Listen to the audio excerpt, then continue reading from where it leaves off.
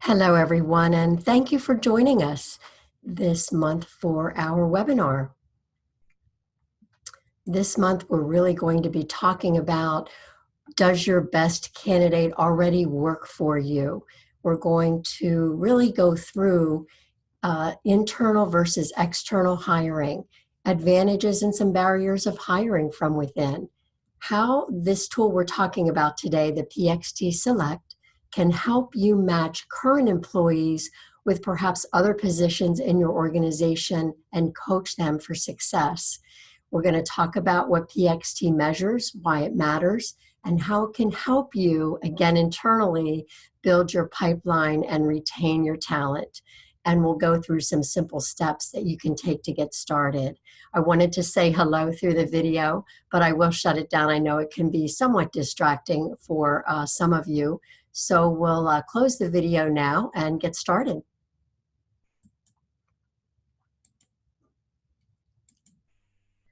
So today, many people in the US and around the world, we spend more time working, don't we, than doing anything else. Our workplaces are second homes and families. And every workplace is unique, but it has that common goal. We know that it begins with hiring the right people if we want to have success in our workplace. To back up just a little bit, if you want to communicate with us through question and answer, you can do so, and you can choose to do so anonymously. So please feel free to do that along the way. We will be recording the webinar so that we can provide a link for you later and you can share with other people. So often overlooked when we have an opening, it becomes available in our company, is the fact that the best candidate for that position might be with us, might be right under our nose. And we can miss that individual because, let's face it, we may not know them as well as we'd like or that we think we do. Who of us gets to spend enough time with each employee to know everything about their unique attributes? And sometimes we may make inaccurate judgments of them based on a few interactions or anecdotal comments from colleagues, particularly if they are colleagues that we trust. So we're challenging you here today to give your internal candidates a closer look because there are so many advantages. Let's think about it. They're already familiar with your operations, your methods, your culture. They've got established relationships that help them get things done. You have lower recruiting costs because you're doing a posting internally versus spending advertising dollars or dollars with recruiters on the outside. Less time in training, given that familiarity with operations, methods, and culture. And you really do show that employee that, guess what, you are a workplace about opportunity for growth, and it does develop loyalty in employees. And the message to others is positive. It's about, this is a place that we can build a career, and you tend to get more productivity and reduce your turnover, which we all know is expensive, and unwelcome turnover is doubly expensive. There are some downsides. You may miss some fresh perspective, particularly if you are a company that does a lot of internal hiring and you have a lot of long-term employees. Sometimes the impact on other team members is challenging depending on, again, where that person sits in the organization, and if they are coming into, you're considering them to now be a supervisor of peers. That certainly is a challenge to be addressed. And succession planning, if you want to take this approach, it does require some energy, some systems, some consistent processes. But it doesn't have to be a barrier. You can add data that'll help you objectively consider internal candidates, which also help you build pipeline for those positions and develop career paths for employees. We can help you simplify the process, and we're going to show you a tool to do that. So when you're considering internal candidates, it boils down to establishing a job fit, similar to what you do with any external candidate. And external psychologists, career coaches, and HR practitioners all agree that we individuals perform best when we hold positions that are best suited to our traits. The theory goes back to the 1930s. It's called occupational choice, and it's been refined over time. The concepts bring us today to this selection tool today, the PXT Select. It was informed by this model. So it, again, is all about job fit. The selection tool is called PXT Select, and the hiring assessment, again, it's about giving you insight into how well an employee is suited for a particular job and what they need to succeed in that job over the long haul.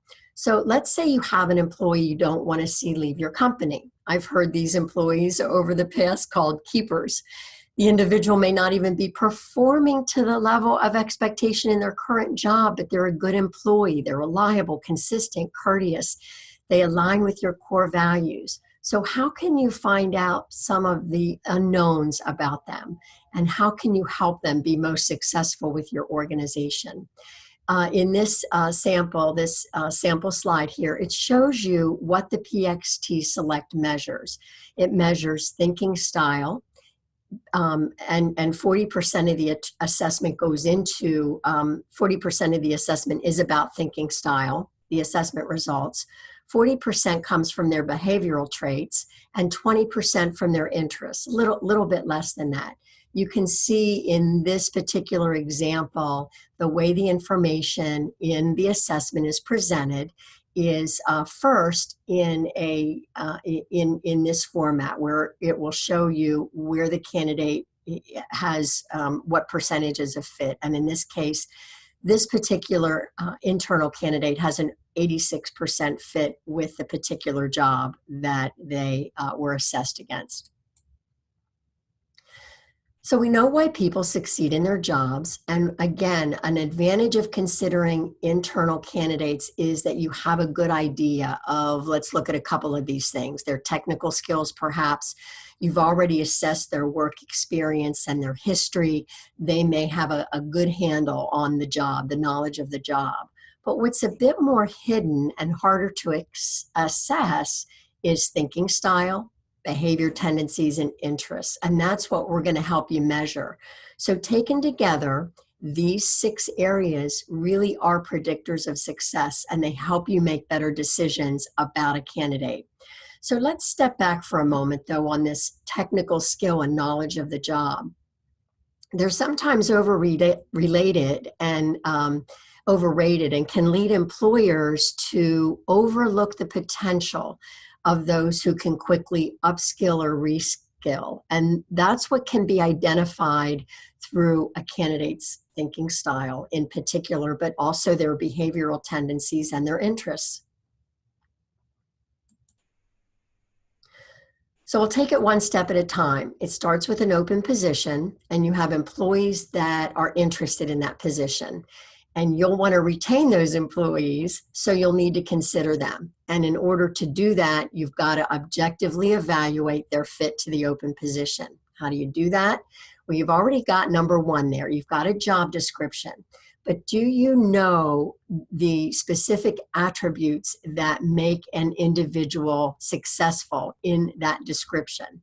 The second part then is to assess those attributes and compare them with other candidates, which will give you a really solid picture, and then use that information, whether or not this particular employee fits the job you are looking for. It will give you information to help you create a career path for them. So it begins with what's required of the job to be successful. And what you want to look at is, what does a top performer in a particular role look like? And that's what we call identifying related attributes. And it's called, in this PXT Select, a performance model. And what a performance model is a template of a job based on traits of a person who has been, or people, I should say, who have been successful in those jobs. And it's based on data from thousands of individuals, case studies, the Department of Labor, ONET databases, and they are all validated for selection. In addition to the standard performance models, they can be customized and tailored to your organization. So here's a summary page of a performance model. This happens to be for a sales manager. So the colored bars you see here are where the traits of people who have been successful in that job, where they land. So you can see here in thinking style, the composite score goes from like a 4.5 to a 9.5. That's the top bar there. Once an employee completes an online assessment, it takes about 60 or 90 minutes. Their responses are placed on the scales, and I'll show you what that looks like next. So here is a sample page, again, one page out of a 12-page report. It's the overview page of the comprehensive selection report. It shows you, you can see by the initials here, this sample employee is Oliver Chase, OC. It'll show you where they fit the model and where, what areas you would want to explore with them. You can also view them objectively against other candidates who take the assessment, and we'll show you how to do that.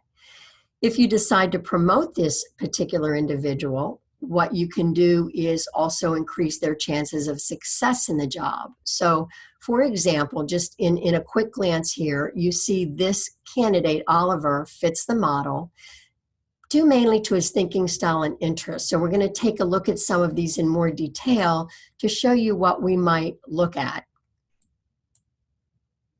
So here's Oliver's ratings on cognitive abilities. You'll see the composite score again, where he is really on the high side of the scale that is required.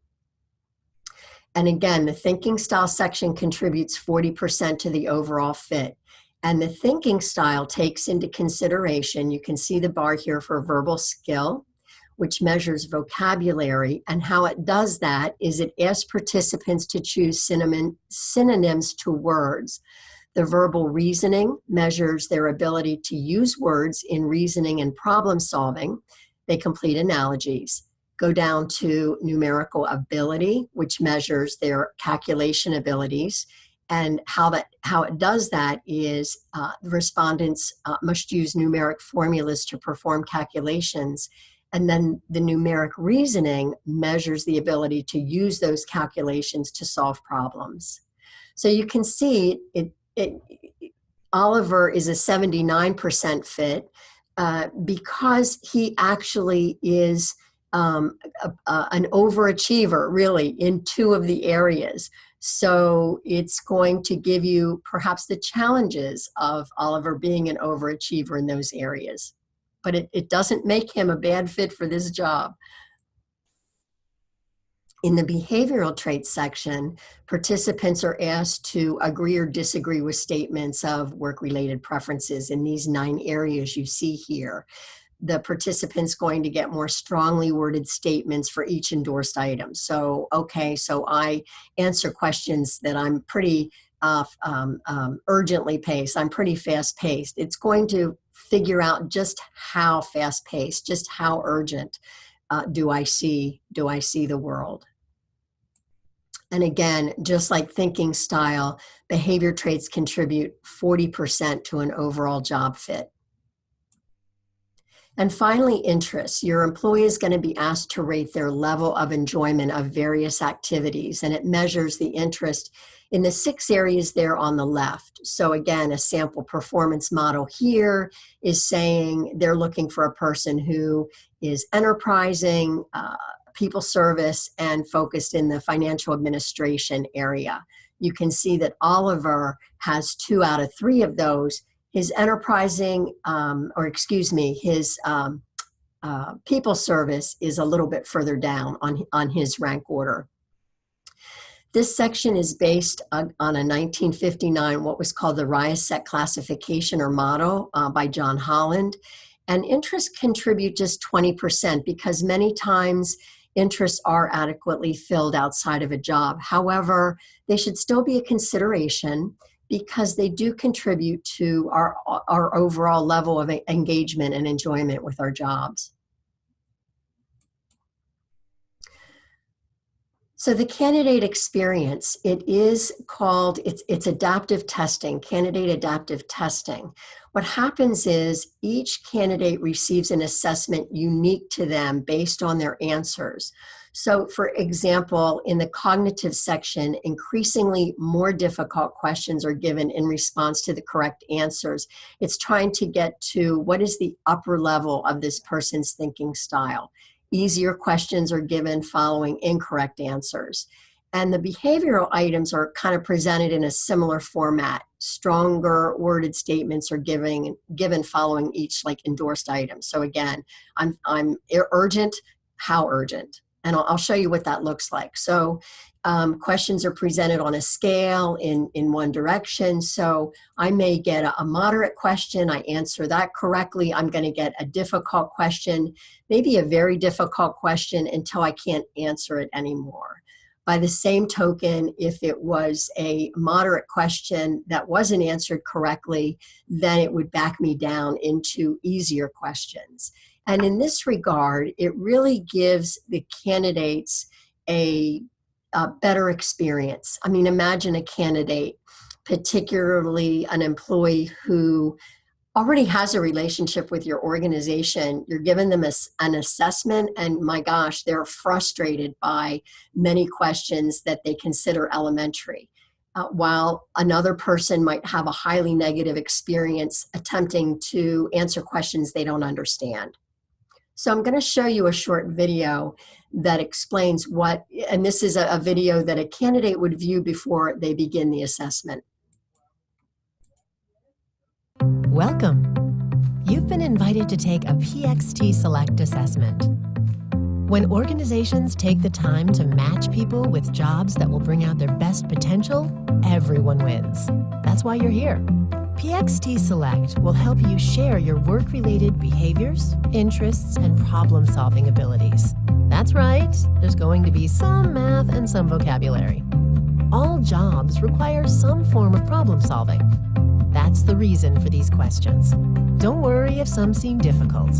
The assessment is designed to measure the upper range of a person's numerical and verbal ability. No matter who you are, some of these questions will challenge you. Feel free to use a calculator if you wish, but please don't use any other outside assistance like the internet or your high school math teacher. This is not a pass or fail test. It's about understanding the fit between you and a role. You will also answer some simple questions about yourself and your interests. When responding to these questions, it's important to be yourself.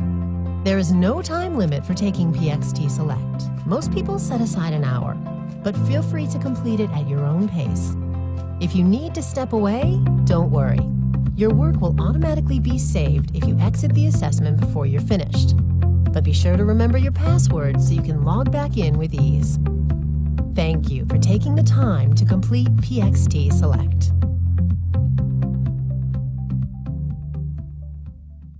So I'll show you a little bit more detail at some pages in the Comprehensive Selection Report, which is the main report. Again, this is for Oliver Chase.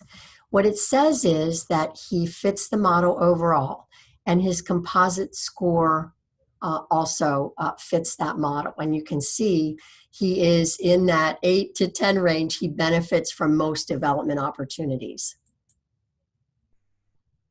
In looking further at the detail, you can see again, what the bars are requiring, in numeric ability and numeric reasoning, where he will fit the model and where he is outside. Now, in this case, again, he processes numerical data more easily and reaches conclusions than a top performer in this position. So what it will tell you is that, again, he analyzes numerical data at a more advanced level, and he may have unused talent. So if he is matched with this job, you may want to keep that in mind as an employer, that you can challenge him. You can give him more challenges. than perhaps you've given others in the past. And the bottom line is the power in this assessment comes from the interview questions section. And what this suggests is, how do you explore areas of concern?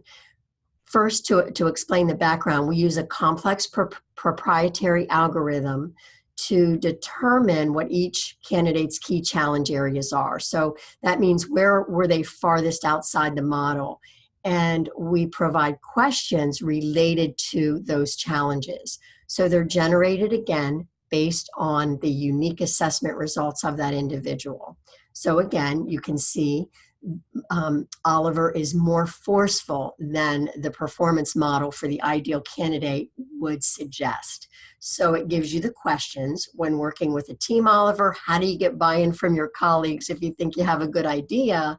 And you want to listen for how willing he would be to soften his level of assertiveness when the situation calls for it.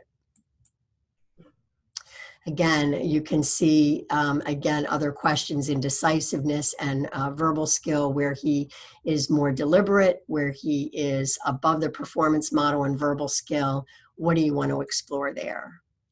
On the interest section, the same. It will give you narrative in terms of what the ideal candidate may look like, which ties the three top interests together of, again, top performers in that position. And I keep referring to top performers. We are not talking about a person who does a mediocre job. We are talking about evaluating candidates, internal candidates, against people who have been successful in the job, who have been top performers in the job. So once your employee takes an assessment that you heard takes about 60 to 90 minutes, you have access to 10 different reports.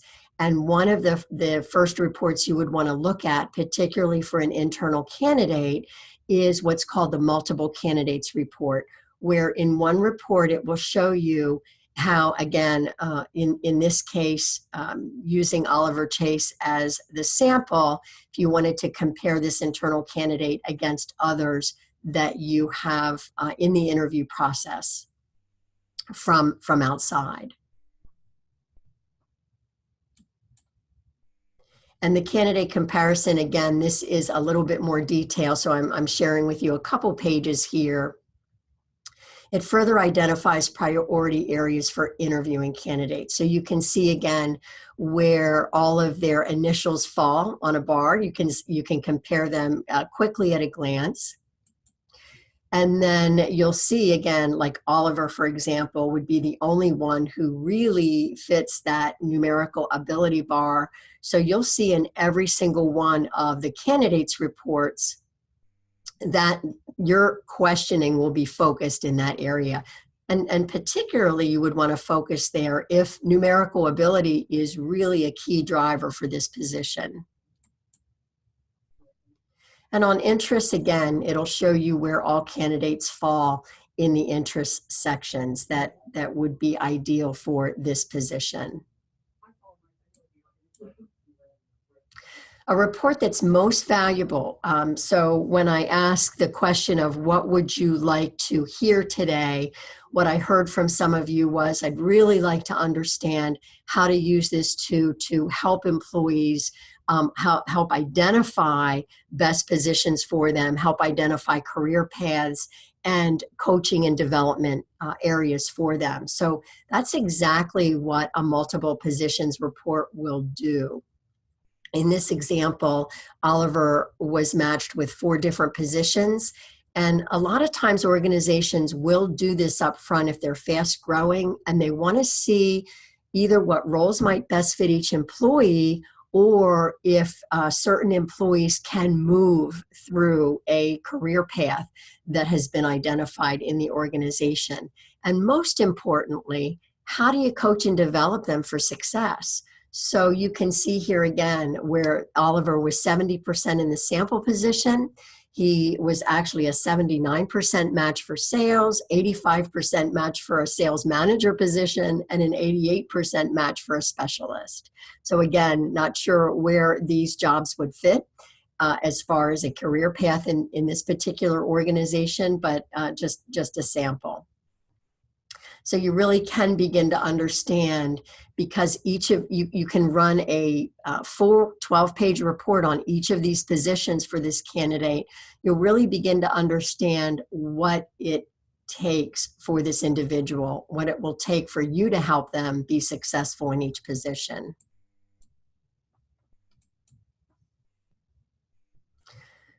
So again, this is just one page. This would show a specialist, and it'll show you his ratings on each scale for the performance models chosen. So another report that's available in the suite is an individual feedback report and a graph report. And you may choose to share this particularly with internal candidates, because it can be a valuable platform for an objective conversation. And you'll see, if you review them, they're written in a real friendly, natural, and neutral way, speaks directly to the individual about their results. The graph on the right, sometimes people don't share a graph because individuals will get focused on where they are on the graph as opposed to what the narrative says. But just imagine that, again, the narrative in particular really helps to establish a conversation about what jobs might be most appropriate for an employee to consider. Maybe they haven't considered jobs within your organization that they best match, and areas that might be easier or more challenging from them. So it can be a real good conversation in terms of development and where you can go with this employee and where they can go with you. They all have in guidance and interpretation. It's built right in. The next is the coaching report. And what's different here from the comprehensive selection report is the narrative. It's written to the manager or mentor of the employee. And it's a review of all the attributes contained in the report. So, for example, he has a composite score on thinking style at the high end. He's an 8. And it'll tell you, so what does that mean? What do you need to know about Oliver? Well, I'll just read one of them. He's an effective learner who may appreciate a challenge while training on new tasks. What are the tips that it's giving you? It's saying keep his workload and training challenging so that he doesn't get bored and lose interest. So again, whether someone is in the top or the lower range, it's going to give you these types of tips. So basically, what we reviewed is the performance model, comprehensive selection report, the multiple candidates report, positions, feedback, and coaching. And one of the great features of this suite is that you have access to really 12 reports. We've just outlined these 6. Once you're charged for the assessment, we can generate any of these reports at any time for you against any performance model. So the idea of hiring from within, it was recently reinforced as a grow your own approach in an article that I read, posted online yesterday. It was in the talent acquisition section of the SHRM publication. And they gave 3 examples of how filling the skills gap of current employees is not just about retention, but it really expands the talent pipeline in your organization.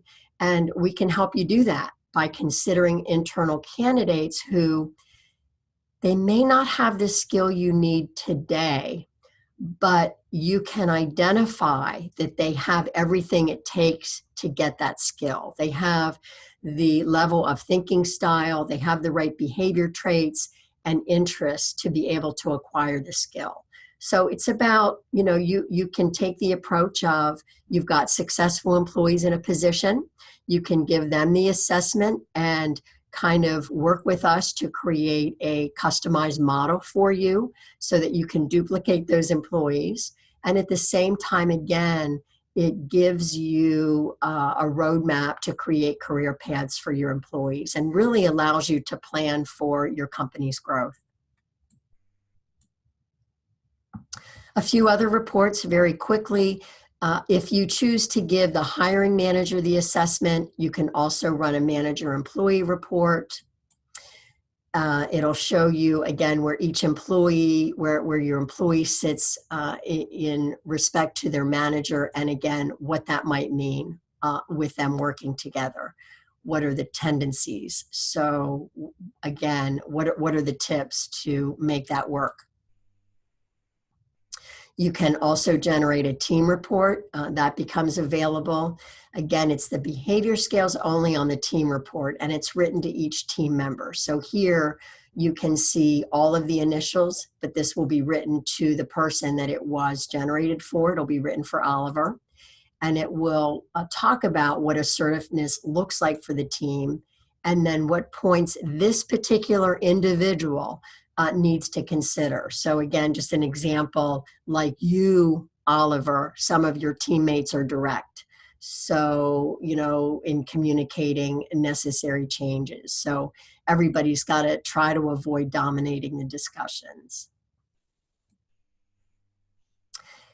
And again, as you continue to integrate, you can also generate sales reports. So if you are looking for individuals in your organization to move into sales roles, what the 3 sales reports gives you is there is a sales comprehensive selection, a coaching report, and again, the individual feedback report. So it gives you all the information of the general report that we just took a look at.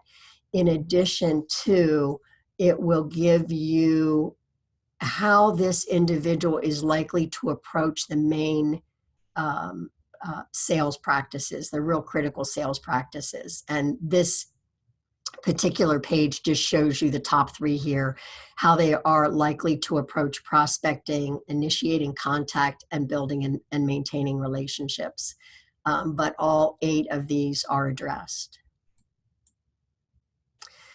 And finally, there is a leadership report in beta that will measure how well a person, again, you can see the attributes of leadership here, creating a vision, starting with the left down, ensuring results, and so forth, down to the right bottom, mentoring others.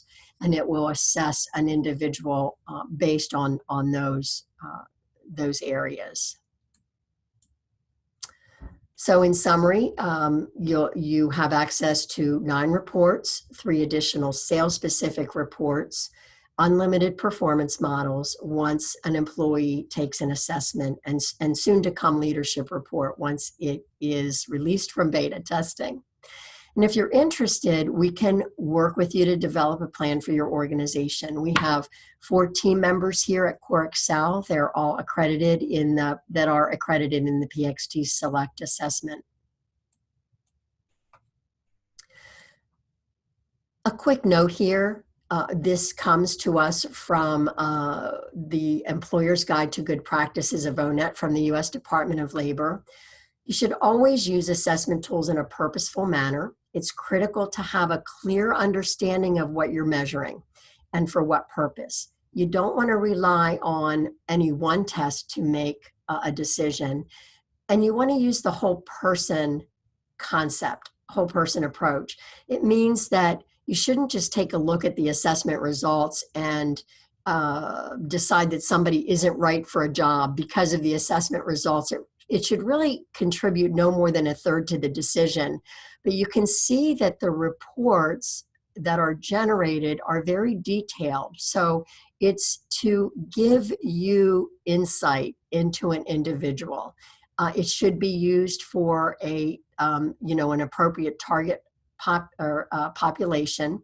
And you want to make sure that any assessment you use is reliable and valid.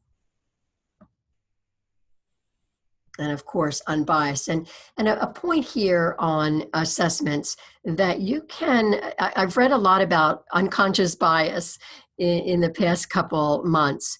And an assessment can really help you. And again, I think with an internal candidate, it's difficult to get over that unconscious bias sometimes. And an assessment can help you do that. You could actually give assessments to your internal candidates and external, and you could read through the results of the assessment with the name blanked out on the top.